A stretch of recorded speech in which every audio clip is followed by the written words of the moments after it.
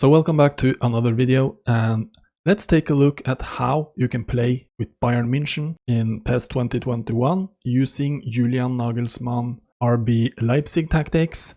We're gonna try to use the 3-1-4-2, which Leipzig has been using this season. Obviously, we are in June, and who knows how they're gonna play next season under Nagelsmann. Like every good manager and every good coach, he will adapt his tactics to the team he has available. So let's head into the tactical screen and take a look at the setup. So basically, this is the formation. And the thing about Nagelsmann, he has some principles in regards to how he would like his team to play. First of all, he likes to play really narrow and have a really compact formation. And when building up, you want to play centrally, you want to play lots of short passing, you want to build up slowly, and then once they got the opportunity, they will go full speed and try to get the goal. But until the chance opens up, they will play lots of possession, lots of slow build up. He wants his players to have lots of touches, no one-touch stuff, because one-touch passing is really risky. It's so easy to miss a one-touch pass.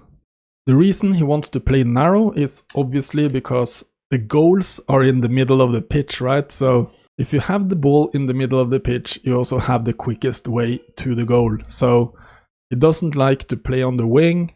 I think I read a quote of him saying that bad stuff happen on the wing. So he doesn't want the ball out there. He wants to play centrally.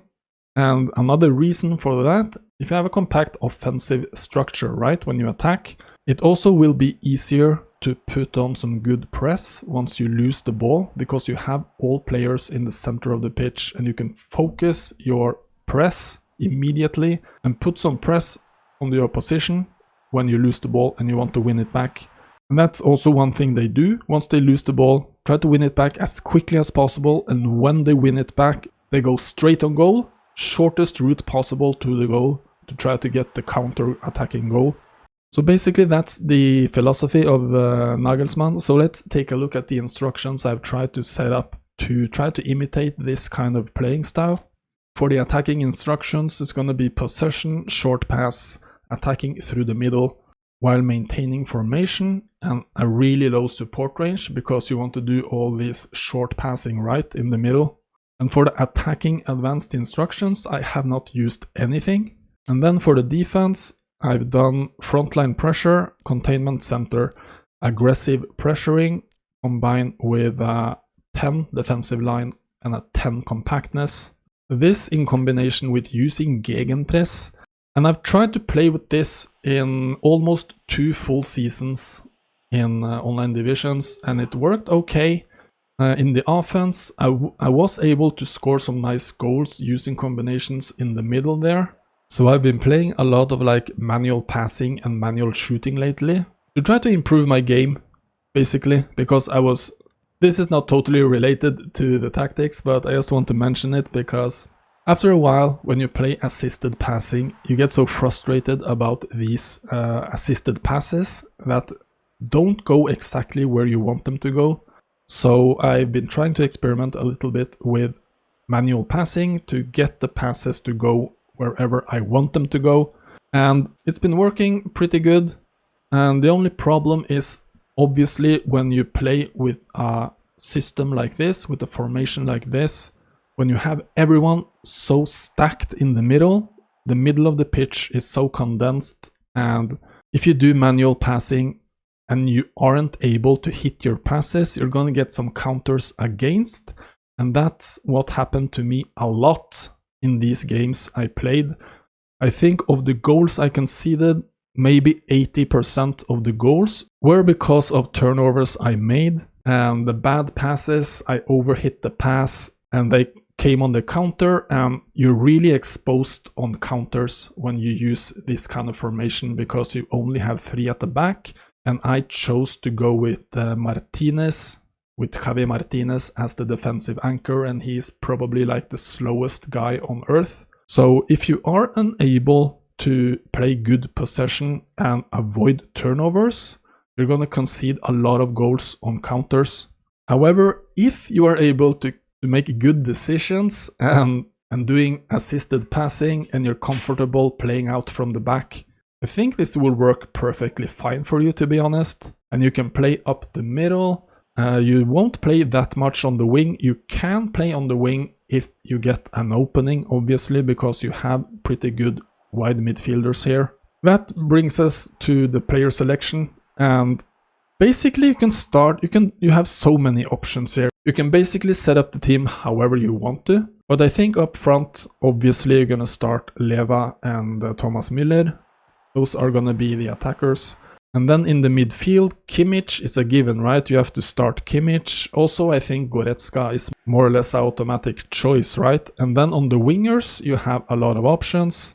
You also have to take into consideration you have a lot of players who has the super sub skill. So if you want to think a little bit tactically, you can choose to have those on the bench and have them step in the second half.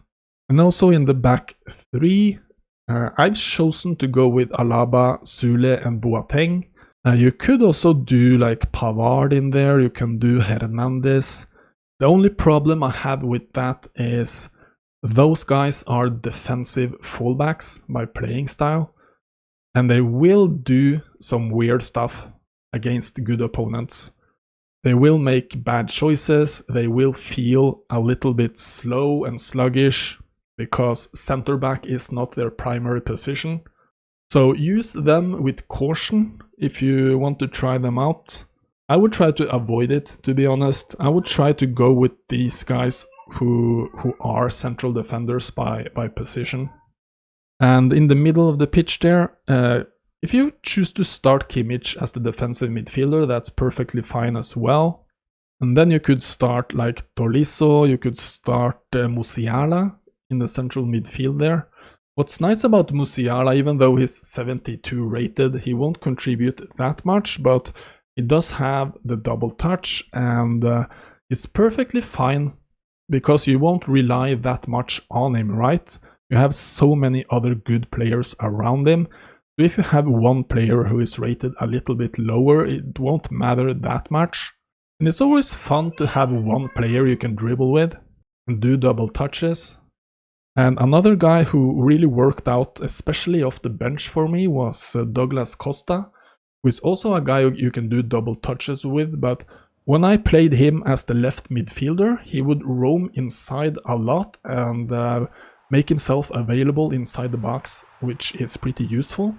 And you also have another option in the center of the pitch. You have Marc Roca, who, even though he is probably like the lowest rated of your central midfielders, he does inspire some movement actually, and he's also a pretty good passer. So look at this inspire, he inspires both low and lofted pass with 2 stars. So basically that's it. And what do you think about these tactics? Obviously this is very different from what people are using with Bayern Munchen. If you play online divisions, you know what I'm talking about. You're so used to facing these 4-2-3-1 formations where they absolutely kill you on the wing with Sané and Gnabry and Coman. If you choose to try it out, I would love to hear your feedback, so feel free to come back and leave a comment on the video. I want to thank you so much for watching, and I will see you in the next one.